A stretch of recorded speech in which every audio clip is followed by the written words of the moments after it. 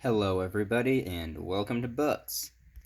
Before we get into today's video is sponsored by Dr. Pepper, so you should drink some.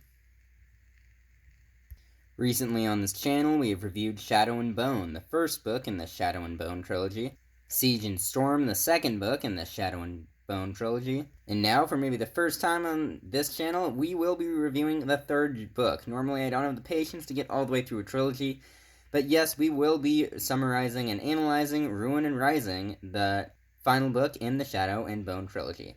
So let's get right into it. First with the summary. In the beginning of the book, Alina, Mal, and their allies are stranded in an underground fortress, while the Darkling, the antagonist, rules above. This setting does a great job of setting up the low point of the entire series. Alina, Mal, and the others venture above ground to stop the Darkling and are immediately captured by the Darkling's followers, then subsequently rescued by Nikolai.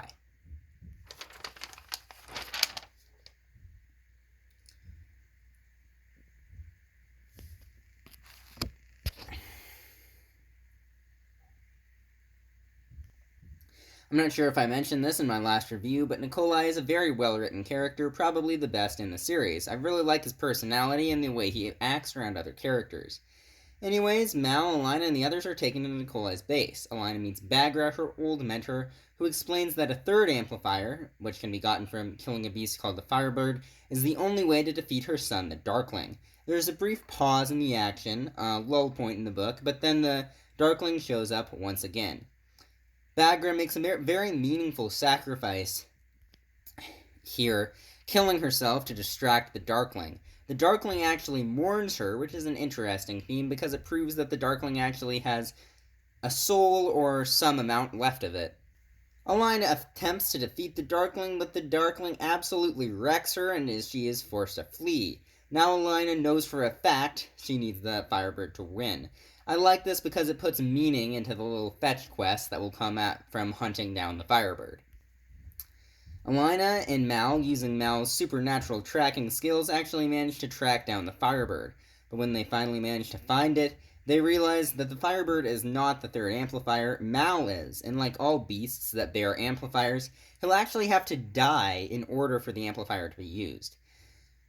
Alina manages to convince him that he will only have to die as an absolute last resort, and he'll try to find a different way to kill the Darkling first. Alina, Mal, and their friends rally as much support as possible and plan to surprise the Darkling in an ambush and assassinate him. However, things quickly go south, and Mal, in a very emotional and well-written scene, the emotional climax of the entire series, sacrifices himself, and Alina gains a brief burst of ultimate power, killing the Darkling, but also losing her power forever in the process. At this point, I loved the conclusion of this third book. It had summed up everything perfectly, tied up loose ends by having Alina lose her power, and made it in a massive emotional moment and emotional climax by having Mal sacrifice himself for the greater good. However, at this point, the series is something I'm not really a huge fan of. They actually resurrect Mal, just kind of bring him back to life without a really rock-solid explanation, which I don't feel too good about, but both he and Alina lose their powers, Alina's Sun Summoner abilities and Mal's tracking abilities, respectively. So there is some amount of loss to the situation too, and many of the other side characters died along the way. So while I am content with the way that the book played off this resurrection of Mal, I actually would have preferred if he would have stayed dead, because resurrecting him does kind of negate the entire emotional moment of the climax. Looking back on it, you realize that it wasn't actually worth anything because he just is going to come back to life a few seconds later. But other than that, I give this series a solid 8 out of 10. It's very good, and I'm excited to what other works this author can put out. She definitely has potential. And don't get me wrong, the world building and character development, especially on Nikolai and the Darkling, was absolutely top-notch on this series, and it's probably something that you should check out for yourself. With that said, we'll end the video here, and make sure to drink yourself some Dr. Pepper.